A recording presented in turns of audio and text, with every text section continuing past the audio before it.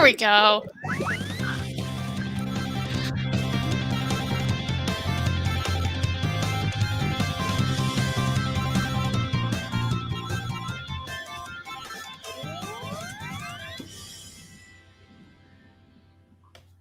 Hello, everybody. Welcome to our Stolendroids recap of Mandalorian Chapter 14. Woo! If you haven't seen it, then just go away and come back and watch this later because we don't want to spoil it for you.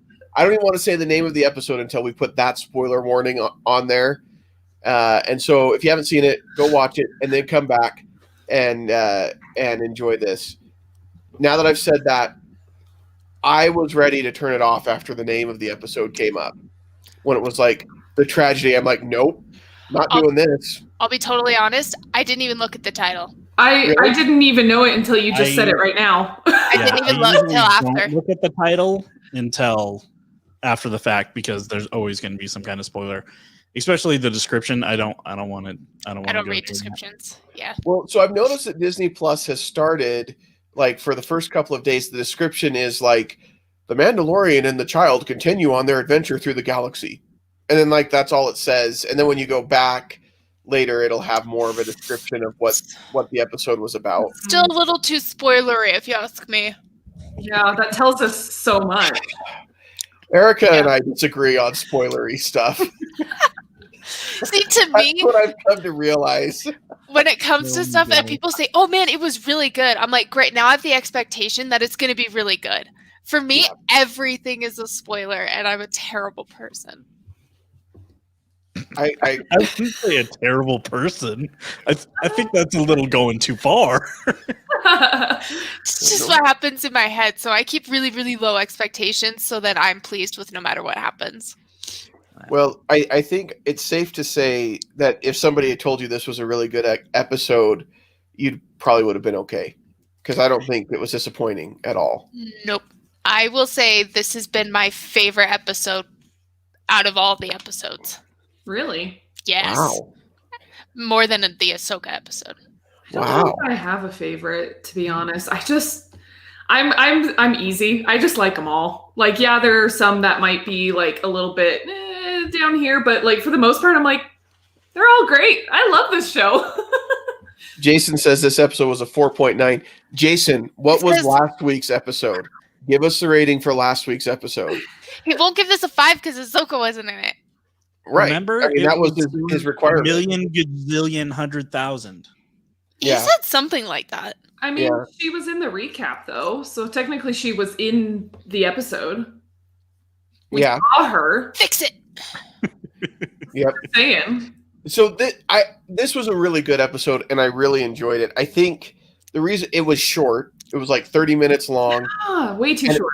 And it was a lot of action. Like it was pretty action-packed from start to finish. And so I think that's why I enjoyed it. But I don't know that it was my favorite. I think I liked last week's episode a little bit more. But this was still really good. I think for me, this episode was because it felt like there was no filler at all. Not even conversation, screen, anything. I mean, to me, it was so nonstop, no filler that it was just like the best. Yeah. It was pretty good that way. Yeah. I was impressed. And I think it just because that was paced really well. I think that's why I felt like, man, that was too short. 30 minutes was just too short because it was already over. But there have been a few this season. There's been a few that have been like 35, 39. So it's not like they've been a lot longer than this episode. But I think just because of the amount of action, this one felt like it was over too soon. Yeah, totally. But at the same time, it was over in just amount of time where they got everything out that they needed to and left you wondering. It was too short, yet not at the same time. Yeah. And of course, like we knew it was going to end on a cliffhanger, though. I mean, were any of us surprised about that ending? No. And because I read the title of the episode when it came up on the screen, I knew that that's probably where it was going. Because what else would have been tragic? You know, when you call it the tragedy. The Razor Crest. Okay, now I agree. That was the true tragedy. We know we're gonna get Grogu back. Yeah, Grogu's going to be fine. We know that. But the Razor Crest is done. It's gone. His home. He lost his home. That's a great way to put it. Yeah. He did. He lost his home. That like it hit me right in the feels when that happened. Yes. As long as my boss isn't watching, I watched a little bit during work, and if she does watch this, I was watching it during my break.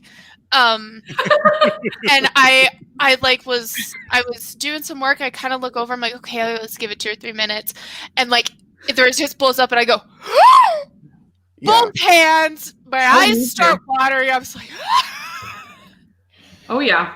Yeah, it was shocking. The Razor Crest has probably become my second favorite ship in all of Star Wars, behind the Millennium Falcon. And so for it to just be gone, I'm like, what's the point anymore? I mean, obviously, Will I go on with my life? Yeah, I mean, I'll be fine. I guess Grogu's important, so yeah. I mean, I'm still invested in the characters, but it was just sad. when something's permanently gone like that, it hits a lot closer to home. Oh, he's gonna get a new one by the end of the season. Yeah, but it's not gonna mean as much. It's gonna be exactly the same ship. I knew when they had to replace probably 90% of the parts in it anyways. But it's the idea. It's still the same ship. It'll be different. Jake's mustache is gone. That is true. Oh my goodness. It's gone. Yeah. Is that why you look normal today? I was like, something looks off, and then I look a little closer, and like, it's gone. Oh my goodness. It is. It is. F in chat. Hold on. Why'd you put an F in the chat? It's for his mustache, to pay respect. Oh, for the mustache. It's fine. It's okay. I think it looked great. Well, and I think back to the Razor Crest too.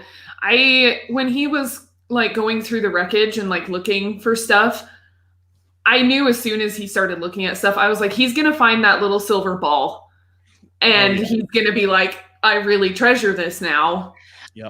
Because it's like this thing between me and Grogu, and like, oh my goodness, at the beginning of the episode, when he kept like looking over at him and he's like, Grogu, and he's just like, and he just like chuckles at that, and it just like, oh my goodness. Because that was all of the fans last week too. I just like freaking loved that part. And then he like had him, try to test out like using the Force and grabbing it, and it made me sad that he like got like, I don't understand why he totally got like, he like swore and kind of got like mad. Do we know what that really meant? So it's because he's realizing that he's gonna have to give Grogu up. Okay, that's what I wondered. And then it was sad because Grogu got all sad because he thought he was mad at him, and he's like, "No, I'm not mad." And you're just like, "Go give him a hug." Is that the really most? Hoping that he wasn't gonna be able to take the ball again, and it's just that kind of that self-realization of you're much bigger than what I can give you. Is that the most we've like ever seen Mando talk? Yeah, I think so. At least in like one big setting. Yeah. I think in the first episode of this season we heard quite a bit of dialogue, but nothing as far as like emotions and like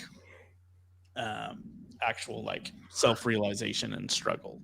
Man, so dang good. I really want to know what that little ball is made out of, because every single part of the ship was decimated except the ball. Yeah. And the staff. Maybe it's Beskar. The staff survived. Mm-hmm. Well, I heard a fan theory that it was actually it was replaced part that had the tracking device in it. I was like, oh, that'll be interesting. Because it's easily replaceable and you would probably never know. And so they just I thought that was cool. That's an interesting theory. Right? That is an interesting theory. I don't know. Maybe it is what the tracking device was. I don't know, but I think Mando would have also have thought of that because obviously, how else did they find a ship and him? Yeah. I'm surprised he didn't blame Boba or Fennec at all for the attack and for them potentially being followed or something like that. Oh, I think it's because he had been followed so many times, found so many times that it wasn't a big surprise that they found him again. So he was like, "Oh, they found us again." Yeah. Yeah. Yeah. So let's talk about kind of in order here. So we talked about the whole Dank Ferric part, and I don't know that everybody read it as him being angry. I thought it was more like a hot dog, like that's what it sounded like to me. Yeah, like he was excited that he was able to keep doing it and just like impressed with him, but then he read it as like being angry or something. But I don't know. I do feel like I'm going to incorporate Dank Ferric a lot more into my life and use it a lot more. Because you need a good swear, and that's one that isn't technically for us a swear, so I can do that one. But let's talk about Tython itself. First of all, anytime that he's flying with Grogu and like the look on Grogu's face, like that was just priceless. Like it was one of my favorite moments. Oh my goodness! In the whole episode. It's like we're gonna have to go the rest of the way with windows down, and like the pure joy that Grogu is feeling as they're flying through the air.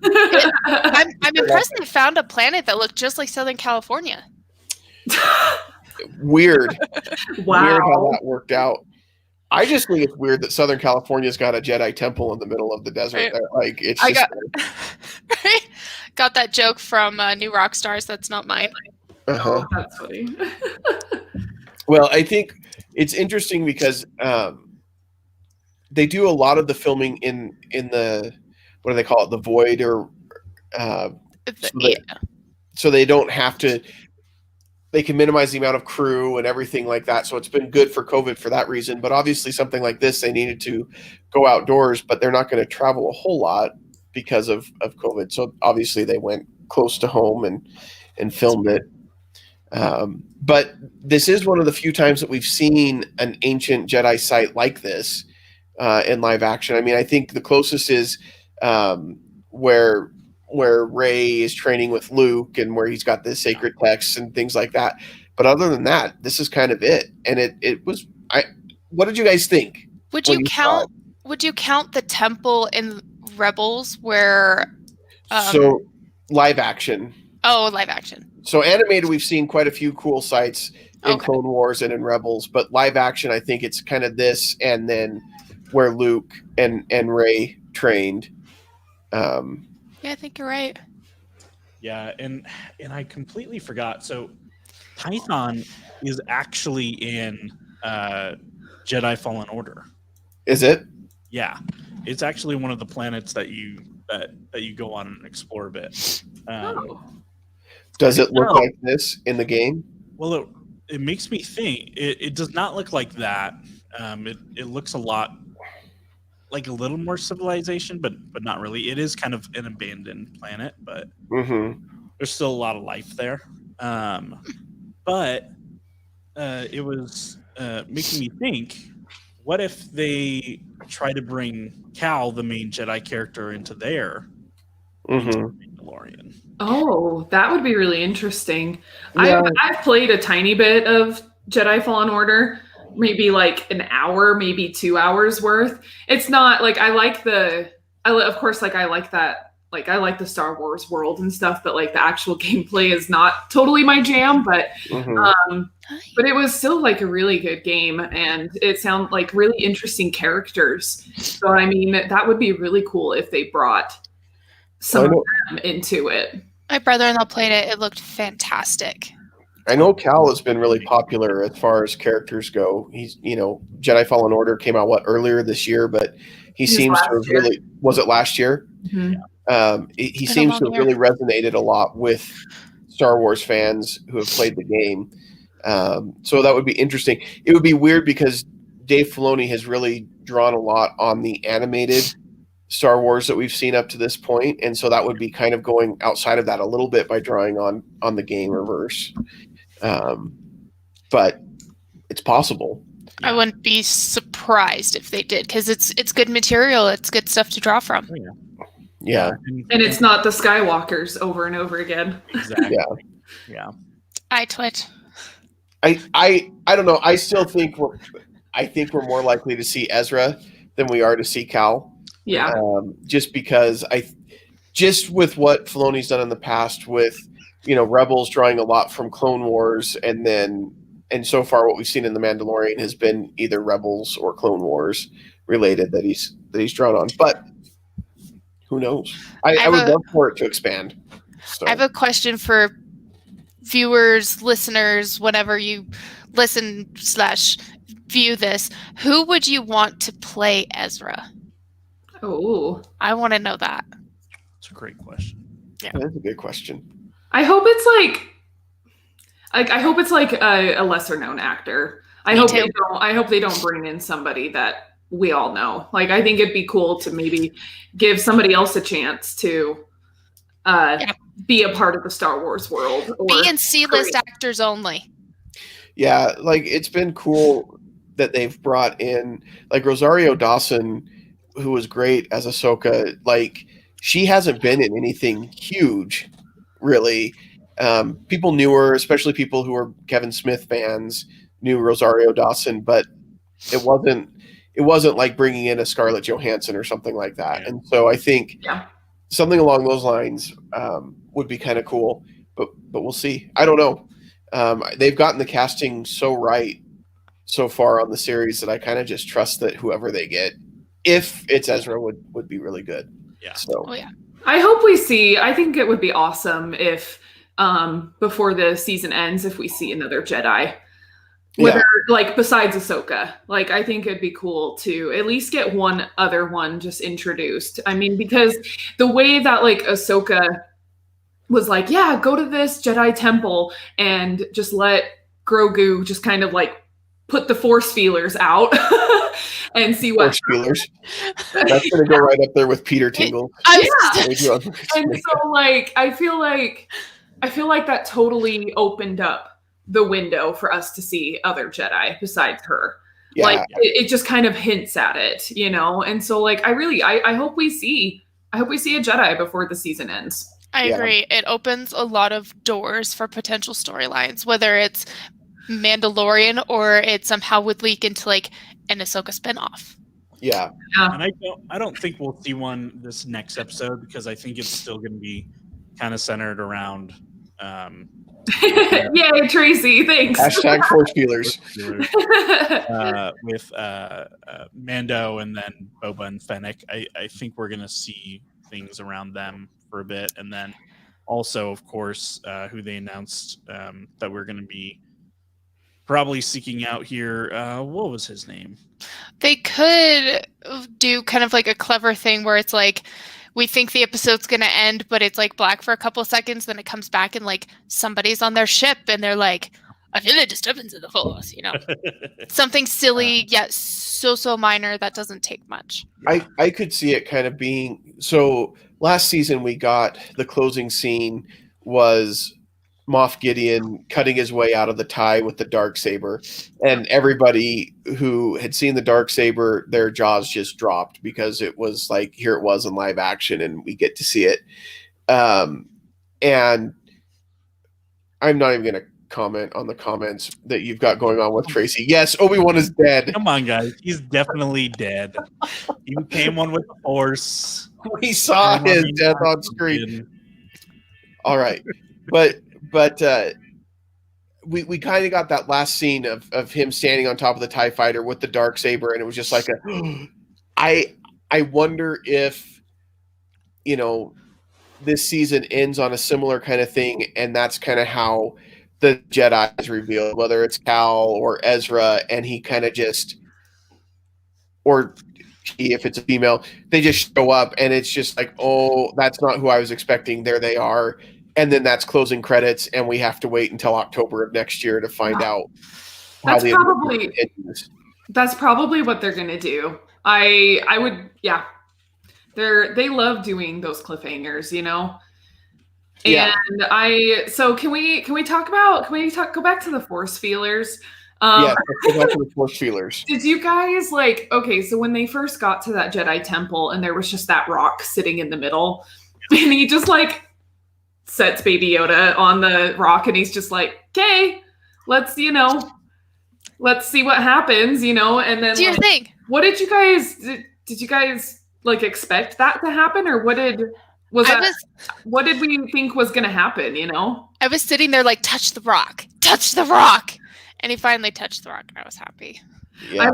I did like how how Mando like used like his scanner, and he was trying to see if there was some sort of like mechanical or like technical something, but there wasn't. And so I think that is like almost like a little taste of like him maybe learning what the Force is because, especially after seeing Baby Yoda use the Force feelers and everything and how powerful that was.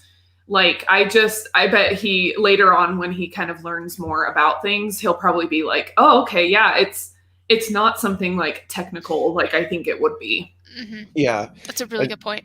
I think you're right. And I think so I was a little underwhelmed with how it looked and how it came out when he got there. But I guess, it hasn't really been used very much for who knows how long. And so it's just kind of been overrun with nature and everything else. But I think he was also underwhelmed, and he kind of portrays as he comes in, he's like, so this is it. Does this like look very Jedi to you? Because he was like, I don't know, this isn't really that impressive. So I thought that was interesting. And I loved the way that Grogu kind of just sat there and like was totally like, okay, I'll sit here, like whatever. Oh, butterfly, I'll like something shiny comes along. And that was so cute. And like I think he knew what he needed to do. He was just like most kids, like not interested in doing it until he was interested in doing it, which was really inconvenient because that's when Slave One showed up. So, yeah. Which seeing that Slave One in the air again, that was so cool. I knew exactly what that was. It's very recognizable. Very. Yeah. I'm so excited. Yeah, when that showed up, I was like, oh man. That's when I started like weeping a little bit. I was like, there it is. I like cried a lot during this episode. Wow. Erica's a crier, though. It's not that surprising, you guys. I've learned to be in touch with my emotions, okay? Oh, goodness. Yeah, I told you, as soon as you saw that ship, you're like, okay, here's Boba Fett. Yeah. It was really cool because I wondered how Boba Fett was going to come back into the storyline because we saw him at the very end of the first episode of the season, and I was like, okay, they're not going to make an announcement that he's been cast as Boba Fett and put him in like 2 seconds and then that's it. Like, we've got to have him come back. But I was like, I don't know how Mando's going to go back to Tatooine. I didn't know if he still had his ship. I didn't like. So it was kind of cool that they just kind of randomly, I've been tracking you this whole time. And that throws away the theory that he's been kind of just stranded there. He's choosing to be there. Yeah. Which I think we need more info. Well, I don't know if we do, but I'm curious about why he's just been hanging out on Tatooine this whole time. Like, yeah, well, and why didn't he choose to get his armor back from Vance? Yeah, like why does he wait until like this other Mandalorian guy with Beskar armor and his own ship takes it off planet to be like, oh, I guess I should probably go get my armor back. I wonder if it was one of those things like, it's kind of like a cat, like looking at you like, I could kill you, but I won't. He has the opportunity to watch what this guy does with his armor because his armor is not going to go anywhere or do anything. So he's probably like just watching, letting him do his thing because he doesn't need it at that moment. But as soon as it leaves off-world, he's like, whoa, whoa, whoa. Yeah. I need to keep my eye on that and get it back now. Yeah. Maybe. I don't know. I just kind of wants to watch and see what happens, maybe. That they didn't even say, like, how he lost his armor. Yeah. He was taking a bath, okay? How did the Jawas come across it? They took it while he was bathing, okay? Yeah. That's the only logical explanation. Or probably they fished it out of the hole that we saw, because didn't Boba fall into... I can't remember. Yeah, he fell into the Sarlacc pit. Yeah. Like, I would imagine that the armor is how he survived. Yeah. And got out. Corroded. So maybe he was taking a bath and The Jawas are like, oh, look, shiny. Yeah, but he's a bounty hunter. He would have just tracked him down. Yeah.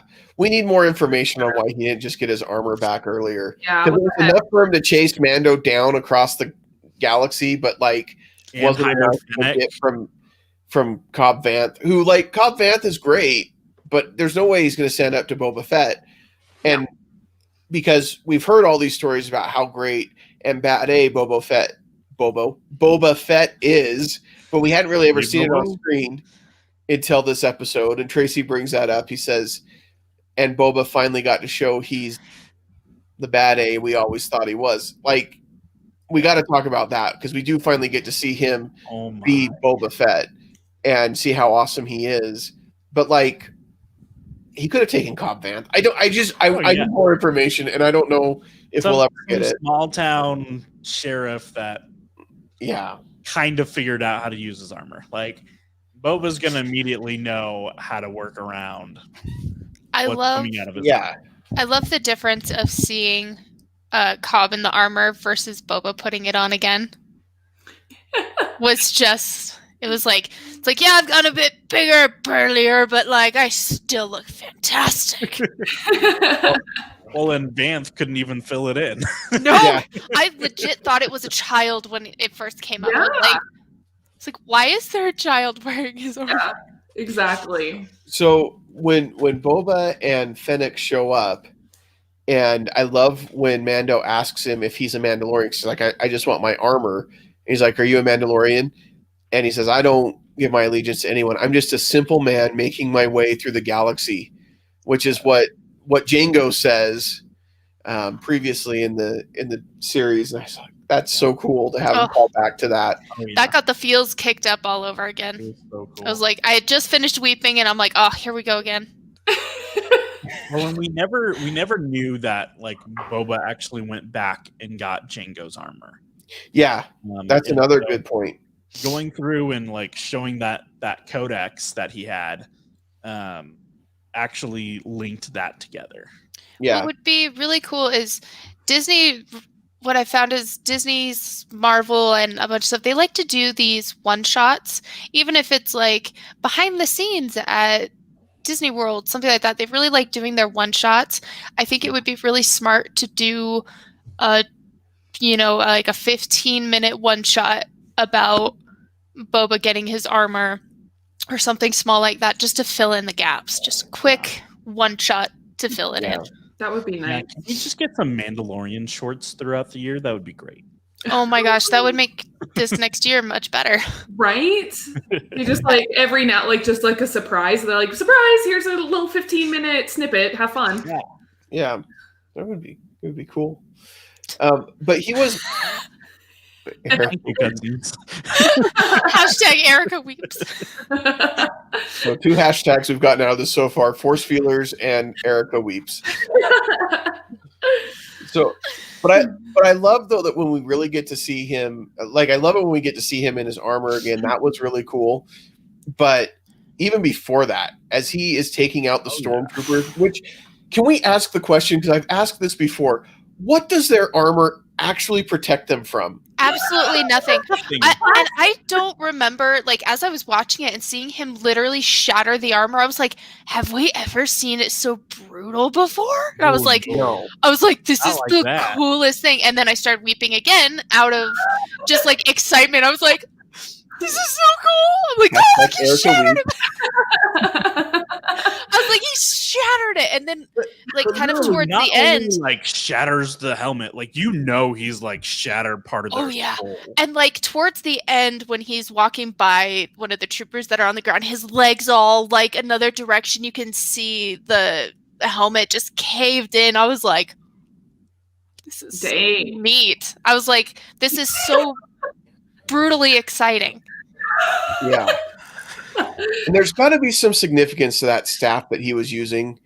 I saw Ty, if you guys listen to Multiplane podcast or watch their show on Facebook, part of the Stolendroids network, he mentioned the name of it. So I think it must be tied to New Zealand and New Zealand culture, because I know the actor who plays Boba Fett is from New Zealand. And so I wonder if it's tied in there.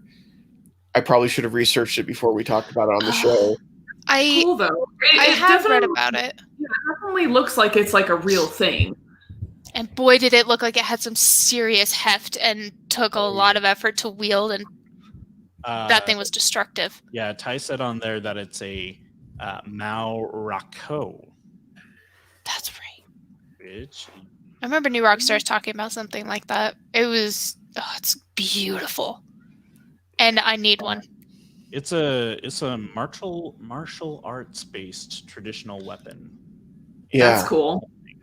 It looked incredible, and the way he used it was really incredible, and it was just really a treat to watch him. Like, he was pretty bad A before he got the armor on, but obviously once he puts the armor on and that thermal detonator comes in the screen, I was like, oh man, it's about to go ballistic now. Like, it's about to get real.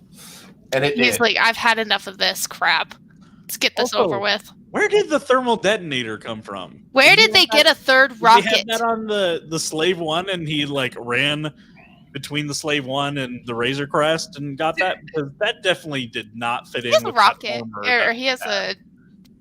Or did they regenerate just like by magic? Like, you're just like, oh, I need one, and it's just there. Yeah. So this brings up a good point, because this is what I think is really a lot of fun, but it had some little tiny plot holes like that I'm like, if you want to get nitpicky, like, that is one. Where does he get the other rocket that was in there? Like, again, this seems like a one-of-a-kind kind of armor, and where are they just getting these rockets that they can load in and he literally use? Like, they just used the rocket. Yeah, not too long ago. Like, it's not like this is the Mando third rocket. restocked it. Yeah, exactly. But let's talk about when they're having kind of little standoff, and he's like, okay, you put your weapons down, she'll put her weapon down, let's talk about this. And he's like, go ahead, and he's like, she'll put her rifle down, you take your rocket off. Why? The rocket was yeah. Put your blaster down, put your gauntlet down. He said, take your rocket off.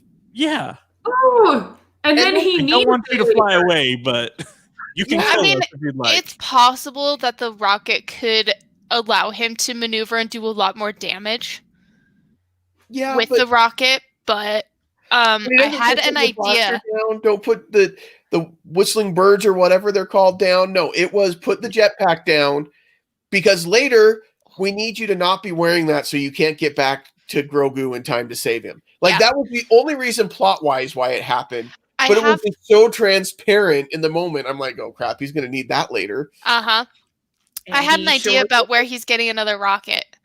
So what if his whole rocket backpack was kind of like in a gun, you have a chamber, and it just kind of they're stored somewhere inside the rocket. As soon as one is gone, it like moves to the middle, kind of like I don't know, because of how much fuel they need to use, though. Just saying, that could be it. I don't know. Kind of, Erica, kind of like Hawkeye's quiver. That's exactly. what I imagine. Yeah, like his quiver. But his quiver ends up empty sometimes too. So, so it's a little bit more like Legolas's quiver that never seems to get empty, regardless of how many until there's a plot. Yeah. And then he has to go take down a whole Elefante. So Tracy brought this up, who I co-host Movies That Make Us, Tracy and Val.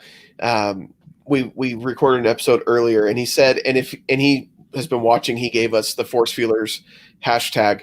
So if you're still watching, Tracy, and you now remember the name of the film, but I guess there's been a lot of influence from Westerns and things like that in The Mandalorian. And I guess there is a Western film where two guys are riding off on their horses, and another guy takes his rifle and shoots one of the guys as they're riding away. And his buddy's like, hey, nice shot. And he was like, well, I was aiming for the horse. And so they wrote that into this as he shoots one of the ships down. And he's like, oh, you've gotten pretty good with that. Yeah, not really. I was aiming for the other one. So I love little callbacks like that even Easter eggs outside of just the Star Wars universe, but things like that are a lot of fun. Yeah. Do I need to admit that's where I started weeping again? Because I recognize that reference. You do? You recognize? Yeah. So do you It remember was- the movie that it's from? It was so subtle. It's like I know exactly what it's from, and I can like kind of see it, but I couldn't pinpoint the exact movie. But I had known that it was a callback. Yeah. And it really bothered me not knowing what it was. But I knew it was from something. So I was like, I can see it in my head. Yeah. And they've had some other things, like I guess there's a Japanese story called The Lion and the Cub that people have said there's been a lot of comparisons, but I guess there's a specific scene where the baby, the samurai guy is letting him choose between a ball and a sword that calls back to the decision that Grogu's making with the ball in the Jedi episode that was previous to this one. So cool things like that where they're drawing from a lot of different stories, and that's why I think it's coming together so well, because they're drawing from a lot of different source material. So Very smart. So the stormtroopers are unsuccessful. They get away until Boba Fett blows them up. We see Boba Fett in his armor. All of that is awesome. The Razor Crest gets destroyed. Which, by the way, Lego Advent Calendar this morning, guess what the ship was that I had to build? It was the Razor Crest. And my first thought was, too soon, Lego. Too soon. So sad. Oh, Oof. rude. Big oof. Magnificent Seven, by the way, is the movie. That's what it was. I was going to guess that, but I was like, no, that's too recent of a Western. I was thinking you guys were talking about like old. That was a great movie. The original Magnificent Seven, not the new one with Chris Pratt. 'Cause that I just came out haven't- a couple years ago. Yeah, I Okay. haven't seen the new one, but I saw the old one. That's Okay. a good movie. I haven't Yeah. seen the new one. That was from my assistant Erica, who is here listening as we're talking, and so she's Not got me. that for me. No, It's my another wife. She spelled the name CA, not KA. So Growing up, I would always spell America wrong. I would Yeah. always spell it with a K. she always spelled America right. So Yeah. so, There's no reason to spell it wrong. yeah. So the stormtroopers get away till he blows up their ship. I love that he shows up, Boba Fett shows up in his armor and starts killing them all. And that's when they're like, never mind, let's all get back on the ship and run away. Like they were doing so well before he showed up, I guess. Right. And, but When the other stormtrooper tells him he's being an idiot. yeah. That was so great. He watches him die and he's like, Well, and all right, keep going. poor Fennec, like she took care of the whole first ship Dude. Yeah. pretty much all by herself because I think it's Nami Way. or Boba a little, but then She, Boba I love her. Yeah, I I was love glad to her see her age. character come She's- back. She's our Mhm. Mulan. She's our She was- she was in wasn't- Shield. Yeah, Agents of S.H.I.E.L.D. Yeah. Yeah, I wish she was actually the Mulan character. I think she- Right? I think that would have been so. She still looks so young. Oh yeah. Mm-hmm. That would have been so great. So, yeah, there were some interesting things that happen after the stormtroopers leave. We get to see the dark troopers, these droids that have been built for this kind of thing, and they looked like they were just awesome. They were just awesome when they showed up, and of course, that's when he really could have used his jetpack to go back and save Grogu, but conveniently he had left that by the rock and at no point decided to throw that back on in the middle of the battle. Well, and also, why didn't he freaking like use his remote and call his remote over to try to quickly catch up with them? Yeah. Yeah. So many questions. As soon as he was talking to him up at the rock, and he was like, "I'm gonna protect you. I'll be right back." I was like, And he's literally gone. If shoot you're that gonna protect him, after, you like, stay a big next drop. to him. You don't leave him. Yeah. The minute he said, "I'll be right back," I'm like, nope, this is where they take him. Mm-hmm. Well, and of course, that's right when the force feelers went away, was as soon as he stepped away. Yep. Yep. Plot. Mm-hmm. So another interesting thing that happens is he flies up and he's following the dark troopers up when she says, don't hit him because we want to protect the child. Yeah. And he flies up there and he's like, they're back. The Empire's back. That was the dumbest part of the whole episode. Like, Yeah, no Which is doubt. like, the that's Empire's impossible. Still here. They're still I- remnants. yeah. I think Boba Everyone knows that. was so separated from everything that it was a big shock to him specifically, but not to everybody else. I think for him, he'd been just kind of. But there's on the Fennec was a bounty hunter that's getting paid by both sides to bring people in, and she's like surprised that they're still there. Like that was that's impossible. The Outer Rim's under the Republic's jurisdiction. The New Republic. Yeah, the New Republic's jurisdiction. Sorry. But like, I felt like this just feeds into some of the stupid stuff that I've been reading on particular sites, like that hashtag show, and We Got This Covered, where people just write garbage. And some of the stuff they've been talking about, I was like, why are there Imperial people? Because the Empire was defeated at the end of Return of the Jedi. Yeah, that's not how it works, man. You've got this like super powerful organization, and you've got super powerful individuals inside that organization. And ideals that simply just didn't die. Yeah, they're like, oh, the Emperor's out? Okay, this is my chance to take power over the Empire. And like, that's what they're doing. Like, it was weird. That whole scene was just dumb. Like, of all the things he could say, like, and if he has been out of it for a while, then he wouldn't be surprised to see the Empire, because when he went into the Sarlacc pit, the Empire was still in power. I think for me, I didn't exactly like the wording or generally what he said, but I appreciated the emotion that was in it. There was a lot of there was a twinge of I'm feeling scared right now, and that was not something that that type of emotion I would have expected. Well, so I appreciated the fear. He was one of the main bounty hunters for the Empire. Mm-hmm. Right. Like, his allegiance was to the Empire during that time. Yep. Mm-hmm. He sees it coming back, and he's like, "Oh, take Ferric." Yeah. Yeah. Like, I don't even see a reason for them to go and hire this ex Imperial sharpshooter. Like, no, and we can talk about that. And yeah, that was, let me tell you, that was my least favorite episode from last year anyway, from last season. And he was probably my least favorite character in the episode. So when they're like, I need you to find this guy, and his picture comes up, I'm like, why? Why do we need to find that guy? That guy never has to come back in another episode ever. And I would be happy. But no, we're going to bring him back. Why don't I remember him from last season?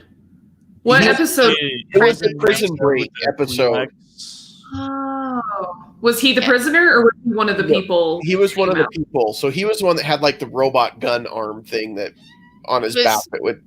Oh. I think, I think I remember that. With the Twi'lek. I think it's Twi'lek, brother and sister. Twi'lek. Okay. We're about to get to my favorite part. I'm very excited. We can go there. What's your favorite part? I think I know what your favorite part is. Baby Yoda playing with those stormtroopers. Yes. Was just so fantastic. It showed so much like anger, like, how dare you take me away from Mando? What am I doing here? I don't want to be tested. Just leave me alone. And he's just throwing them all over the place. It just I really made wanted me weep again. Grab Moff Gideon, dude. Yeah, I think we'll see him and Moff Gideon some kind of showdown at some point. I don't know if it'll be this season or next, but I think something like that's going to happen. Yeah. And he knows what a lightsaber is. You could tell when he pulls out the dark saber and he's like, you've seen one of these before. He's like, but you're not ready for such things. What a little tease. What a jerk. Yeah. And I'm like, I bet he's ready. I'll bet he can do some stuff. Well, it's like Grogu's going to kill him with it. Reaching out for the blade, and I'm like, it's like, honey, that's a live socket. You don't touch that. Like, you've seen that at the Jedi Temple before. You don't play with that. Yeah. Poor little buddy. Every time he uses the Force, he gets sleepy. He just gets so sleepy, and he's just so tired. Yeah. It makes me so sleepy. Tuckered out. It makes me wonder if we're going to see a little bit of dark side Grogu.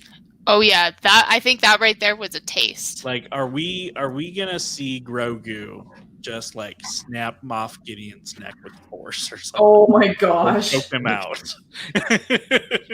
Man, I know, it got a little dark. that took a dark turn really fast. I think Grogu's going to be one of those. I mean, not totally like Ahsoka, but he's going to be very neutral and in the middle. Yeah. Wait, and he could be. I don't know. We'll see. We'll see what happens. I loved watching him attack the stormtroopers. I thought that was really fun. I get giddy every time I see them do the stun with their guns because it just calls me right back to Star Wars when they're shooting them and you get the little blue circles and the sound and everything, and I just love it.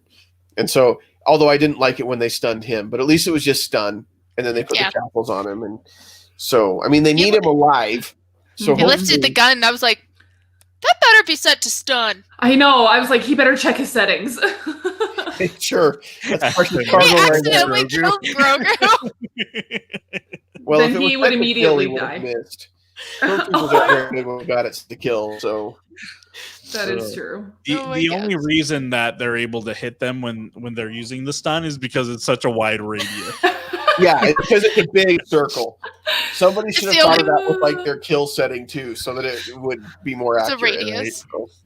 Right? But yeah, I think this ended where I kind of thought it would going into the last 2 episodes of the season. Similar to last year, we saw it in the second to last episode where the Empire ended up with Grogu, and that's where we're at this year, and we'll see how it plays out. I don't know. I think Boba Fett, obviously, and Fennec are going to play a big role in getting him back. Cara Dune's probably going to come back to play a big role. Yeah, she's so cool. She's sick. And then and apparently Migs Mayfeld, which hopefully he ends up dying. I wouldn't mind if he takes a bullet in the head. From Mando himself. Or a blaster to the head. Speaking of dark, Jake. Wow. Just something so that he doesn't come back. I don't want him thrown down any kind of shaft. I don't want him cut in half. I want it through the head, because if it's cut in half or thrown down a shaft, he might come back. So we need it to be like final. Yeah. No, but that seems to be the team that we're putting together for this kind of last adventure, and so we'll see if anybody else gets added to that team. I kind of wondered if Ahsoka would be added. Like I wondered as they were leaving if that's where he was going to go first, was to get her. Just be like the ultimate team up. That would be awesome, though. That'd be fan service, and I'd love it. Yeah, I don't know that we'll see Ahsoka again this season. I really like her in that way. I have a feeling this last episode is going to be one of those. Is going to be kind of like a cliffhanger. What? Yeah, it's going to be a cliffhanger. Back this season. I don't have high hopes that he will be gotten back. I think they're gonna end up on the Imperial cruiser. He's already going to be gone to some secret lab where they're trying to harness the Force from him. But I also think that by the time they get to him, maybe they've already unlocked some of that from Grogu, and that's where we're going to get the Dark Troopers to actually be Force wielders. I was going to say, because I don't remember where it's at that it is, but they do have Force abilities. Yes, in the Dark Empire, in the novel. That's right, in the novel. They have that, and they went against Luke Skywalker, and he had a real hard time. Yeah, we'll see. It seems like that's kind of a direction they're going. He's obviously doing some kind of experimentation with midichlorians and things like that. So we'll see what happens. But it'll be interesting to see if they do rescue him.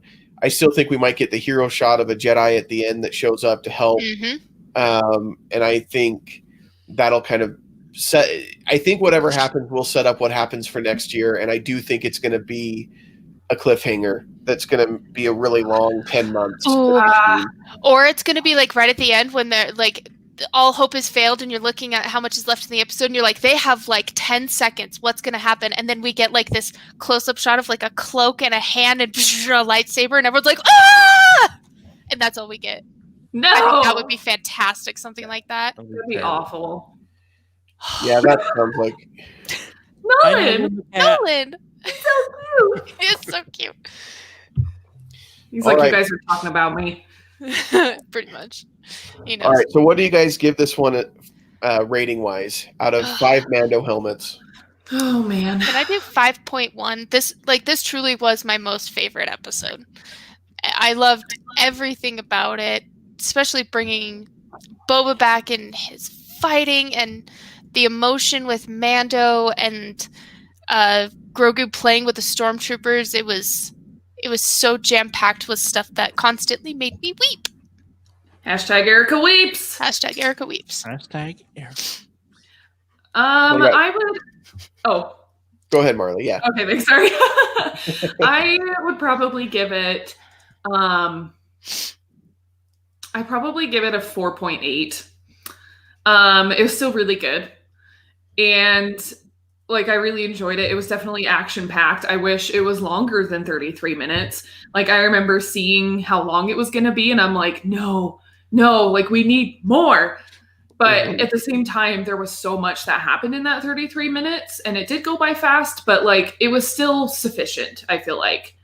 And I enjoyed it. You know, it was cool to see some more like fighting scenes. Like even though, I mean, yeah, those stormtroopers, like, come on, guys. I think it was, me and Jason were watching it last night, and he made the comment, and he's like, did the stormtroopers not even go, like, do they not have like aiming courses or anything? Like, why do they always miss? Well, that's a callback to the first season where their guns are so cheaply made because they're like shaking it and something's rattling around. They're trying to hit this thing and they're like, we can't get this. Like, this is so stupid. Yeah. And to me, that I'm like, that is it. That's why they can't do it, because the Empire has cheaped out their guns.